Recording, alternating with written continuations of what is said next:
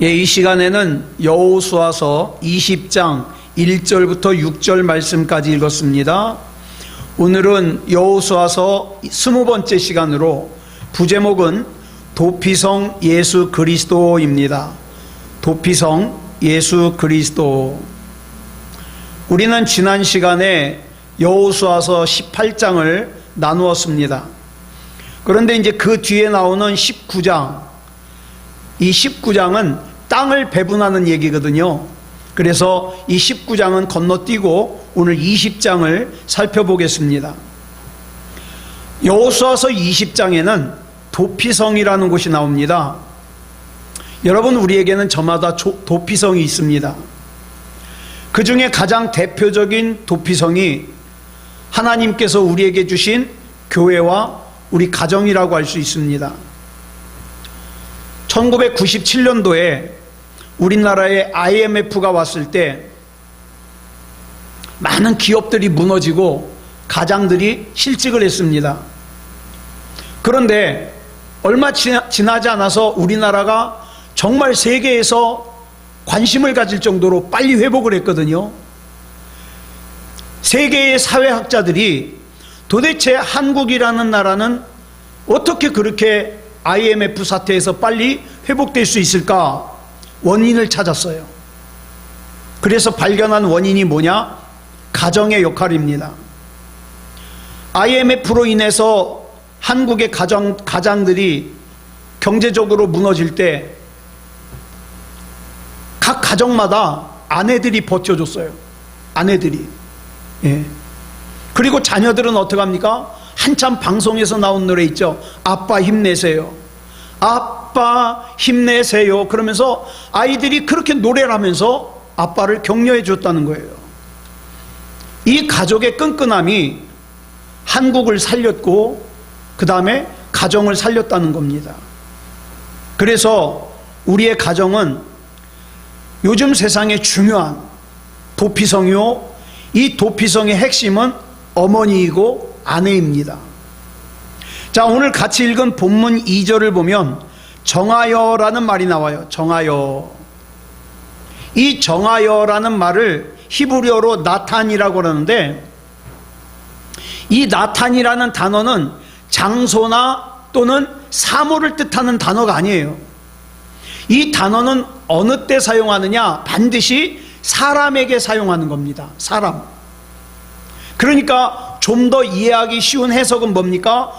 너희를 위해 위임하여 또는 책임을 맡겨 양도하여, 이런 뜻으로 해석이 되는 단어예요. 그러니까 이 본문 2절에 나오는 이 정하여는 비록 우리가 읽을 때는 장소의 형태를 가지고 있지만, 그러나 근본적으로 장소가 아니라 사람을 가리킨다는 걸 우리가 알 수 있습니다. 그러면 여기서 암시하는 사람이 뭘까? 누굴까? 이걸 우리가 이 시간에 좀 살펴보려고 그래요. 자, 본문 3절을 같이 보겠습니다. 시작. 부지 중에 실수로 사람을 죽인 자를 그리로 도망하게 하라. 이는 너희를 위해 피해 보복자를 피할 곳이니라. 여기 보면 도피성에는 어떤 사람들이 들어간다 그랬냐면 부지 중에 실수로 사람을 죽인 사람. 부지 중에 실수로 사람을 죽이는 것을 우리 법정 용어로 뭐라 그래요? 자주 듣는 말인데 과실치사예요. 실수로 죽인 거예요. 성경에 보면 여기서 말하는 부지 중에 실수로 사람을 죽이는 경우가 어떤 경우인지 예를 들어주고 있어요. 어떤 경우냐? 두 사람이 같이 산에 나무를 하러 갔어요. 나무를 하러 올라갔는데 한 사람이 나무를 찍으려고 힘껏 도끼를 휘둘렀는데 이 도끼 끝에 이 도끼 날이 빠지지 않도록 쐐기를 박아놓은 게 빠지는 바람에 도끼 날이 날아가 버린 거예요. 그래서 같이 나무를 베러 갔던 친구의 머리를 때려가지고 그 친구가 죽었습니다. 이런 거, 내가 의도치 않게 사람을 죽게 만드는 거, 이게 과실치사잖아요. 이런 경우에는 이 도피성으로 도망을 가면 죽지 않을 수 있어요. 예. 그런데 요한 1서 3장 15절을 보면 뭐라 그랬습니까? 줄친 것만 시작. 그 형제를 미워하는 자마다 살인하는 자니. 나는 직접 사람을 죽이지 않았다 하더라도 내가 누군가를 미워하면 사람을 죽인 거라는 거예요. 그런데 여러분, 이 미움이라는 것이 내가 하고 싶어서 하고 또 하고 싶지 않다고 안 할 수 있는 거예요? 그렇지 않아요. 내 의지와 상관없이 미울 때가 있잖아요. 난 정말 그러고 싶지 않은데 미울 때가 있어요. 그러면 뭡니까? 살인자가 되는 거예요. 이 살인의 대상에는 때로는 부모가 될 수도 있고 형제가 될 수도 있고 자녀가 될 수도 있어요. 여러분, 우리는 우리 자신을 과신하면 안 돼요. 나는 그럴 리 없어. 나는 안전해. 아니요. 그렇지 않아요. 우리 중에 누구라도 이런 잘못을 범할 수 있다는 거예요. 아니, 어떻게 예수 믿는 사람이 그럴 수 있어? 그럴 수 있습니다. 그럴 수 있어요. 예? 서운함이 심해지다 보면, 섭섭함이 심해지다 보면 그게 미움이 되잖아요. 그럴 수 있어요. 내가 무심코 던진 말 한마디가 살인을 하는 줄을 모르고 생각 없이 던지는 말들이 있잖아요. 누군가 내가 생각 없이 던진 말에 가슴앓이를 하고 상처를 받았다면 살인을 한 거예요. 그렇기 때문에 우리에게는 도피성이라는 것이 반드시 필요합니다. 그러면 어떻게 할까요? 우리도 저 도피성이 있는 이스라엘로 이사를 갈까요? 그럴 수 없어요. 그 내용은 잠시 뒤에 살펴보겠습니다. 자, 앞에서 땅을 12지파가 다 배분을 받는데 레위 지파는 배분을 받지 못했어요. 그 대신에 48개의 성읍을 받습니다. 땅을 배분받지 못하고 레위 지파는 곳곳에 있는 48개의 성읍을 받아요. 그런데 이 중에서 6개의 성읍을 선택해 가지고 도피성으로 만들었어요. 이게 도피성 지도예요. 자, 요단강을 가운데로 쭉 사이에 두고 이쪽과 저쪽으로 3개씩 나누어져 있습니다. 자, 이 도피성의 조건이 되려면 이 도피성은 이스라엘 어디에서도 반나절 안에 갈 수 있는 곳이어야 돼요. 반나절 안에 갈 수 있는 곳에 6군데를 골라가지고 도피성으로 만들었어요. 게다가 이스라엘 길목마다 미클라트라고 해가지고 도피성으로 가는 방향, 그 이정표를 만들어 놨어요. 애들이라도 저건 도피성으로 가는 길이구나, 이걸 알 수 있도록 쉽게 이정표를 만들어 놨어요. 그래서 누구라도 이정표를 보고 도피성을 쉽게 찾아갈 수 있도록 했습니다. 성경 주석가인 매튜 헨리라는 분이요, 이 6개의 도피성의 이름을 가지고 이 이름은 예수 그리스도를 뜻하는 거다, 이렇게 연관지어서 해석을 했습니다. 이 첫 번째 성이 뭐냐면 게데스라는 성인데, 여기 보면 게데스라는 성이 있거든요. 맨 위에 이 게데스라는 곳인데, 이 게데스는요, 요한복음 2장 19절에 보면 뭐라고 그랬어요? 줄친 것만 시작. 이 성전을 헐라 내가 사흘 동안에 일으키리라. 그래가지고 이 게데스는 뭐냐면 거룩한 곳이라는 뜻이거든요.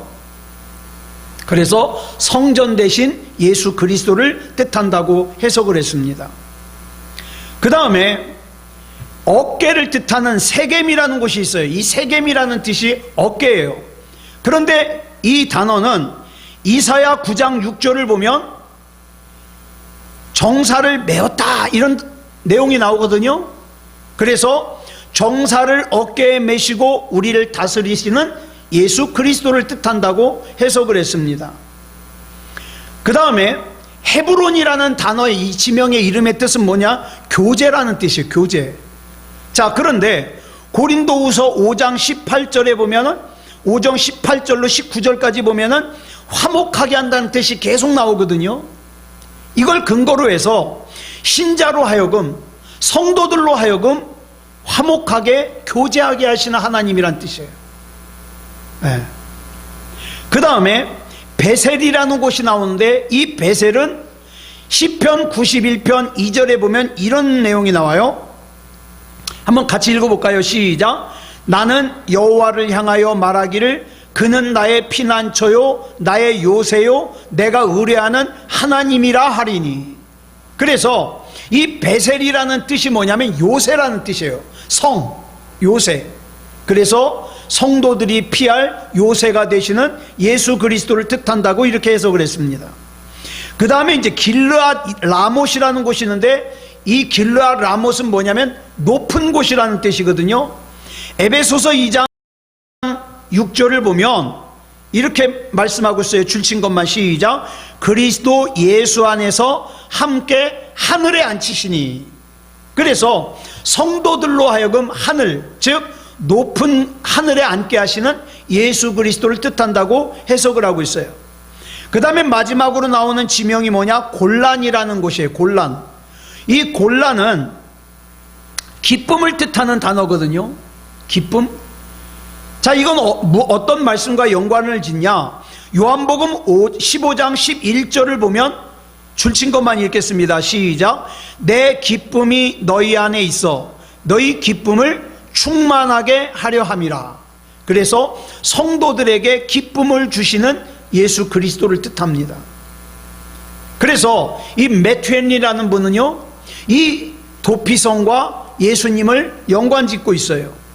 이게 도피성의 첫 번째 특징이에요. 이스라엘 전역에서, 이스라엘 어디서든지 반나절 안에 갈 수 있는 곳, 이게 도피성이에요.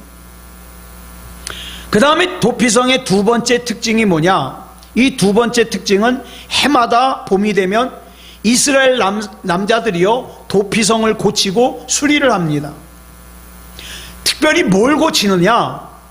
표지판이 제대로 방향을 가리키고 있는지, 또 도피성으로 가는 길에 어떤 장애물이 막고 있지 않는지, 이런 걸 갖다가 고치는 거예요. 그래서 도피성으로 가는 길에는 어떤 장애물도 없도록 수리를 하게 되어 있습니다. 그리고 도피성의 세 번째 특징은, 도피성 6곳은요 항상 산의 언덕 높은 곳에 위치하고 있어요.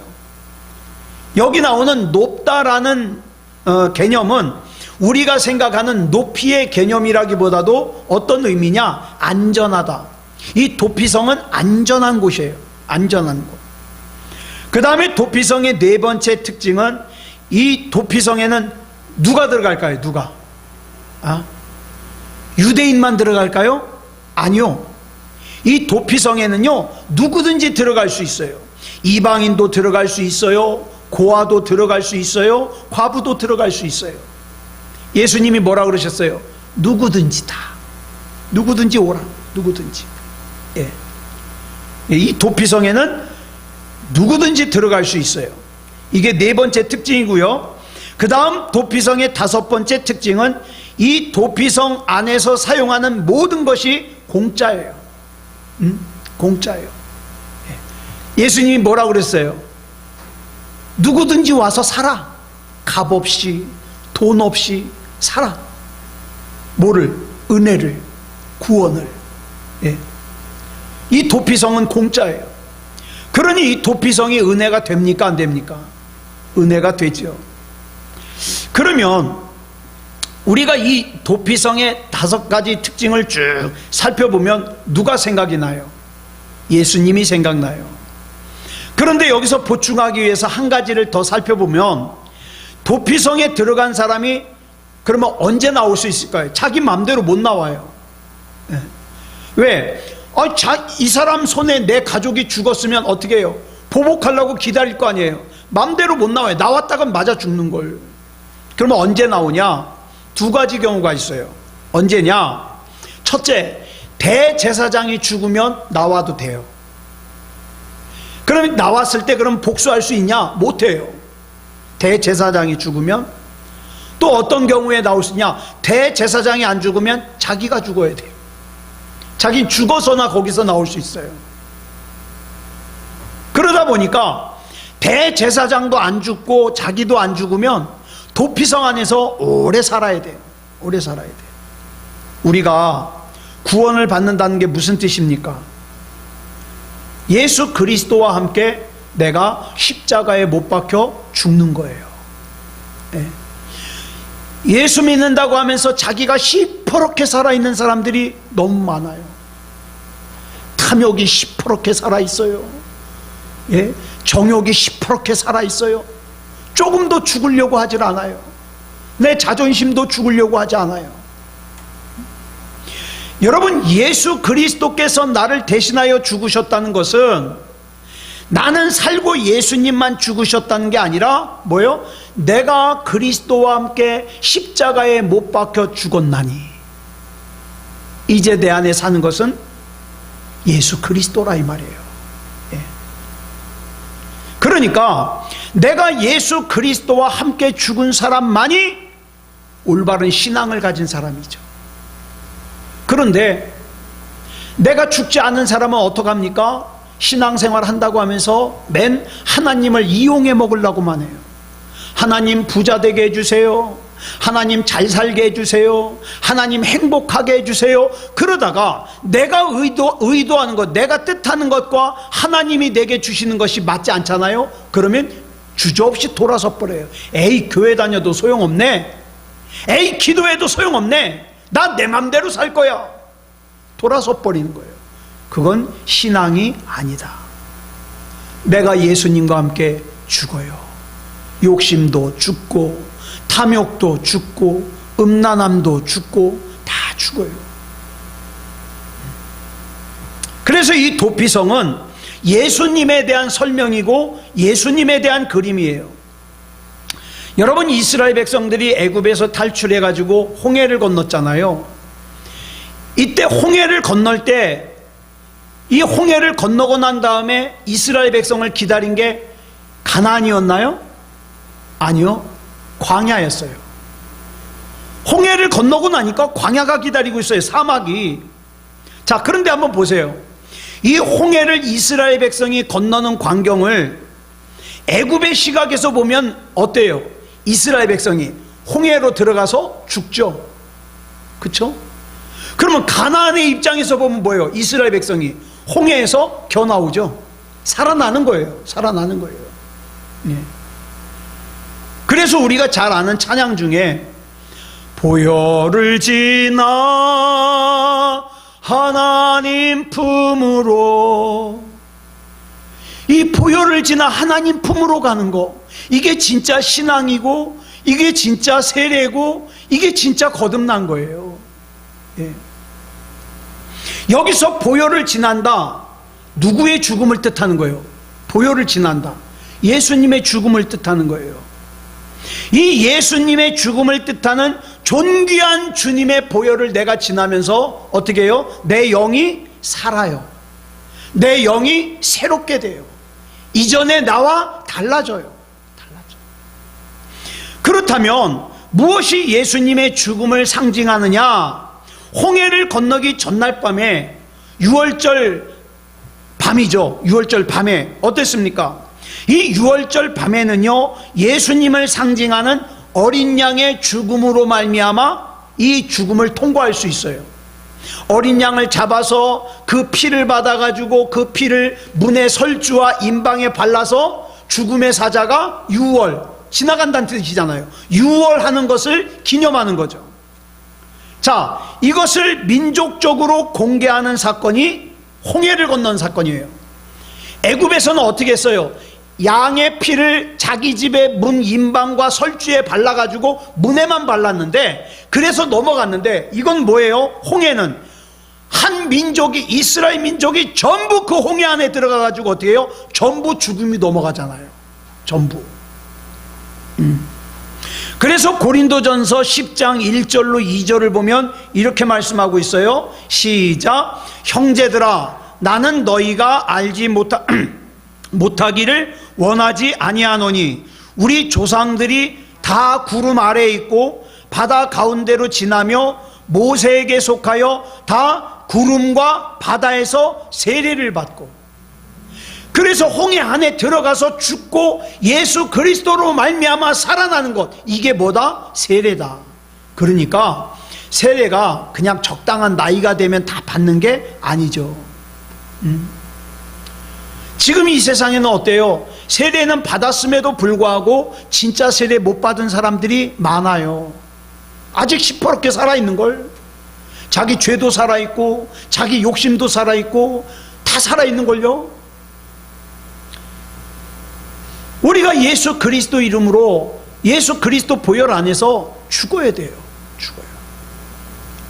옛 것에 대하여 죽고 하나님의 약속에 대하여 살아나는 거예요. 이것이 곧 그리스도의 죽음이라는 것입니다. 즉 우리는 죄로 인하여 본질적으로 죽는 게 마땅한데 그 죽음을 예수님께서 대신 죽으신 거예요. 대신. 저는요, 우리 사랑하는 사람들이 이 땅을 떠나고 났을 때 그 시신이 그 차디찬 철판 위에 이렇게 누워있는 그 광경을 자꾸 생각해 봐요. 그 철판 위에 누워있는 시신에게 돈 100억 갖다 주면 쓸까요? 못 써요. 박사학위 한 10개쯤 주면 고마워할까요? 못 써요. 여러분, 그 철판 위에 누워있는 사람에게 가장 중요한 건 뭡니까? 다시 사는 거예요. 그것만큼 중요한 게 없어요. 그래서 우리 예수님께서 우리를 그 죽음에서 살리시기 위해서 첫 열매가 되셨잖아요. 그러니까 우리는 반드시 그 다음 열매가 돼야 되는데, 그 다음 열매가 되기 위해서 반드시 필요한 것이 뭐냐? 예수님을 구주로 영접하는 거예요. 예수님을 구주로 영접한다는 게 무슨 뜻이냐? 그냥 말로만 하면 되냐? 아니요. 내가 예수 그리스도와 함께 죽어야 돼요. 그리고 함께 살아야 돼요. 여기서 첫 열매라는 거, 예수님이 첫 열매가 되는데, 이 첫 열매라는 것은 순서적으로 첫 번째 열매라는 뜻보다 무슨 뜻을 가지고 있냐? 대표다 이 말이에요. 대표. 예수님께서 대표자로서 부활의 첫 열매가 되셨기 때문에 예수님 안에 사는 사람들은 다 부활한다 이거죠. 학교 공부를 많이 못했어도 나는 예수님 때문에 부활해요. 나는 돈이 많지 않아도 난 예수님 때문에 부활해요. 나 말 잘하지 못하고 나 그다지 똑똑하지 못해도 나는 예수님이 나의 구주이심을 믿기 때문에 나는 부활해요. 왜? 예수님이 내 대표로서 부활하셨거든요. 그렇기 때문에 우리는 진짜 믿음을 가지고 있어야 사탄 마귀가 죽음이라는 것을 가지고 우리를 협박해도 우리가 이길 수 있는 거죠. 왜? 나에게는 부활이 있거든. 나에게는. 자, 그러면 이 도피성 얘기로 다시 돌아가서, 이 도피성이 지금 어디에 있을까요? 이스라엘에 있어요. 가나안 땅에 있어요. 가나안 땅은 아브라함 때부터 하나님께서 젖과 꿀이 흐르는 땅이라고 소개하면서, 이 가나안 땅의 특징이 뭐냐? 하나님의 보호와 통치를 받는 땅이에요. 예? 가나안 땅에. 그런데 그런 땅 안에, 가나안 땅 안에 뭐가 있어요? 도피성이 있어요. 이게 무슨 뜻이냐 하면, 가나안 땅에 있다는 것은 무슨 뜻이냐면 우리가 그리스도 안에 있다는 뜻이에요. 그러니까 나는 그리스도 안에 있으니까 도피성이 필요 없어. 아니요. 가나안 땅 안에 도피성이 있다니까요. 내가 예수 그리스도를 믿지만, 내가 예수 그리스도 안에 살고 있지만, 내가 원하든 원하지 않든 나에게는 이 도피성이 필요하다 이 말이에요. 아담과 하와가 죄를 지은 곳이 어디죠? 에덴 동산이에요. 에덴 동산은 하나님께서 창조하신 땅으로, 하여튼 이 지구상의 가장 완전한 땅이에요. 그런데 그 완전한 땅에서 아담과 하와가 죄를 지었어요. 인류는 지금까지 역사적으로 인간의 모든 문제는 환경 때문이라고 생각했어요. 인간이 못된 짓을 하는 것도 환경 때문이고, 인간이 죄를 짓는 것도 환경 때문이고, 사는 것이 힘들어지는 것도 환경 때문이라고 생각했어요. 그래가지고 어떡합니까? 사람들을 교육을 시켜요. 많이 배우면 환경이 좀 좋아질까 봐. 그랬더니 사람이 이 교육까지도 오염을 시켜가지고 환경이 좋아지라고 공부를 한다는 게 나중에 뭘로 변질이 됩니까? 공부를 많이 해야 잘 살아, 성공해, 이걸로 변질을 시켜버렸죠. 공부를 많이 했다는 사람들이 자기 많이 공부한 그 지식을 가지고 어떻게 합니까? 사기치는 데 사용을 해요.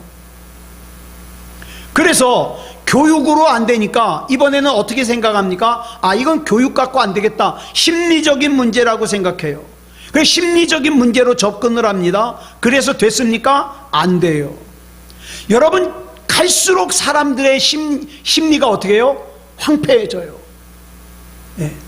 지금 오늘 우리가 살고 있는 이 세상에 그 어느 때보다도 우울증 환자가 많고요, 공황장애가 많고요, 심리가 막 심리적으로 파괴가 되는 거예요. 그러니까 인간의 문제는 교육 갖고 되질 않아요. 심리적인 것 갖고 되지 않아요. 돈 갖고도 안 돼요. 그래서 여러분, 우리는 살면서 중요한 것은 다 어디서 배워요? 주일학교 때 배워요. 주일학교 때 부른 찬양 중에 이런 찬양이 있어요. 돈 갖고도 못 가요, 하나님 나라. 벼슬로도 못 가요, 하나님 나라. 거듭나야지만 가는 나라, 하나님 나라예요. 그러니까 박사학위 가지고도 못 가요, 돈 가지고도 못 가요. 뭘 가지고 가요? 예수 그리스도 안에서 거듭나야지만 가는 나라라, 이 말이에요. 왜 심리학이나 교육 갖고 안 되냐? 인간은 본성적으로 죄인이기 때문에 그래요. 예를 들어서 사과나무가 있어요. 사과나무가 두 그루가 있는데 하나는 오래된 거고 하나는 이제 3달 된 거예요. 묘목이에요. 자, 오래된 사과나무에는 사과 열매가 맺혀요. 근데 3개월 된 묘목에는 사과가 열려요, 안 열려요? 아직 안 열려요. 그렇지만 이 나무 역시 뭐예요? 사과나무예요. 언젠가 시간이 지나면 사과가 열려요. 마찬가지예요. 우리는 다 죄인이에요. 단지 차이가 있다면 어떤 사람은 왕성하게 죄의 열매를 맺는 죄인이 있는가 하면 어떤 사람은 아직 죄의 열매를 맺지 않는 죄인일 뿐이에요. 다 죄인이에요. 우리는 다 죄를 지을 가능성을 가지고 있어요. 그러므로 우리에게는 반드시 뭐가 필요하냐? 예수 그리스도의 구원이 필요해요.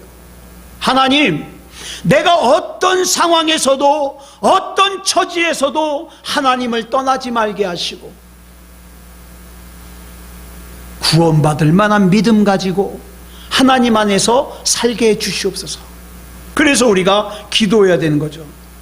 니고데모라는 사람이 있었어요. 이 사람은 많이 배운 사람이에요. 그리고 인격적으로도 아주 훌륭한 사람이었어요. 그런데 예수님께서 니고데모를 보고 하시는 말씀이, 굉장히 훌륭한 사람인데 이 니고데모를 보고 하시는 말씀이 너 거듭나야 되겠다, 이렇게 말씀하셔요. 니고데모라는 사람은 자기 발로 예수님을 찾아왔어요. 자기 발로.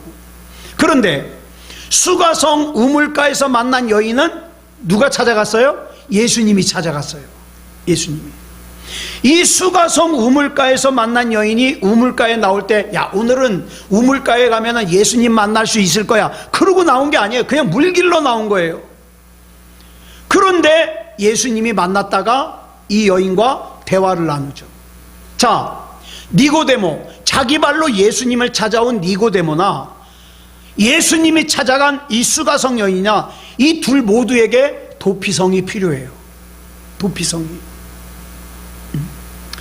인류는 크게 둘로 구분할 수 있는데 예수 그리스도를 믿는 인생과 예수 그리스도를 믿지 않는 인생으로 구분할 수 있어요. 그런데 이 중에 예수 그리스도를 믿는 사람을 우리는 뭐라 그래요? 가나안에 있는 사람. 자, 그러면 이 가나안에 있는 사람에겐 도피성이 필요 없냐? 아니요. 이 도피성이 가나안 안에 있다니까요. 그러니까 이걸 기억하세요. 나는 뭐 몇 대째 예수 믿는 가정에서 살고 있어? 아니요. 나에게는 도피성이 필요해요. 나는 예수 믿는 사람이야. 그래도 도피성이 필요해요. 도피성이. 예. 여러분, 노아에게는 3아들이 있었어요. 누구죠? 셈, 함, 야벳.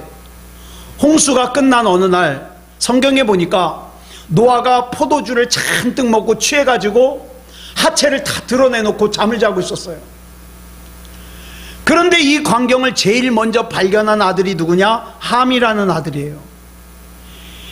평소에 엄격하고 점잖은 아버지가 하체를 다 드러내놓고 잠자는 걸 보고 나서 너무 재밌어가지고 얼레리 껄레리 하면서 나와가지고 동네방네 다 떠들고 다니는 거예요. 그런데 이 이야기를 들은 다른 두 아들 셈과 야벳은 덮을 걸 가지고 앞으로 들어가면 자기들도 아버지의 하체를 보잖아요. 그러니까 뒷걸음질 치고 가가지고 아버지의 하체를 가렸습니다. 자, 보세요. 여기서 뒷걸음질 쳐가지고 가서 그 아버지의 하체를 덮다 그러잖아요. 바로 이 덮다라는 단어가 무슨 뜻이냐? 이게 구원이란 뜻이에요. 덮다, 가리다. 즉 우리의 구원이라는 것은 우리 주님께서 가려주고 덮어주는 거예요. 가려주고 덮어주는 거예요. 뭘로? 예수님의 보혈로. 예수님의 보혈로. 이 도피성이 가지는 성격이 무엇이냐? 죄를 덮어주는 공간이에요. 하나님, 나 오늘도 이런 나쁜 생각했어요. 나 오늘도 이런 나쁜 마음 가졌어요. 하나님, 예수님의 보혈로 덮어주세요. 그게 구원이라 이 말이에요. 허물을 덮어주는, 가려주는 공간. 그런데 이 도피성에는 조건이 없어요. 대가를 지불하지 않아요. 누구든지 나를 부르는 자는 구원을 받으리라 예수님이 말씀하셨잖아요. 만약 이렇게 덮어주고 가려주는 것이 없었다면 저와 여러분 중에 지금 얼굴 들고 뻔뻔하게 다닐 수 있는 사람 아무도 없죠. 그렇죠? 자, 저만 하더라도 예수님께서 저의 도피성이 되어주셔서 저의 지난 잘못을 갖다가 가려주시고 덮어주시니까 이렇게 강단에서 또 하나님 말씀을 증거하는 거죠. 만약에 그러지 않았으면 제가 어떻게 얼굴을 들고 다녀요? 그렇다면 여기서 우리에게 중요한 과제가 하나 있습니다. 예수님의 도피성에 가려주심을 받아서 덮어주심을 받아서 우리가 이렇게 왔다면 나 역시도 누군가를 가려줘야 되지 않겠습니까? 누군가를 덮어줘야 되지 않겠습니까? 이것이 바로 도피성의 은혜를 입은 그리스도인의 숙제예요. 숙제. 그래서 저와 여러분이 이 땅을 살면서 왠지 여러분에게 피하면 받아줄 것 같고 가려줄 것 같은 그런 삶을 살자고요. 쉽지 않아요. 얼마나 어렵겠어요. 누군가가 얘기를 하면 정답을 얘기해 주려고 하지 말고 정답은 자기도 알아요.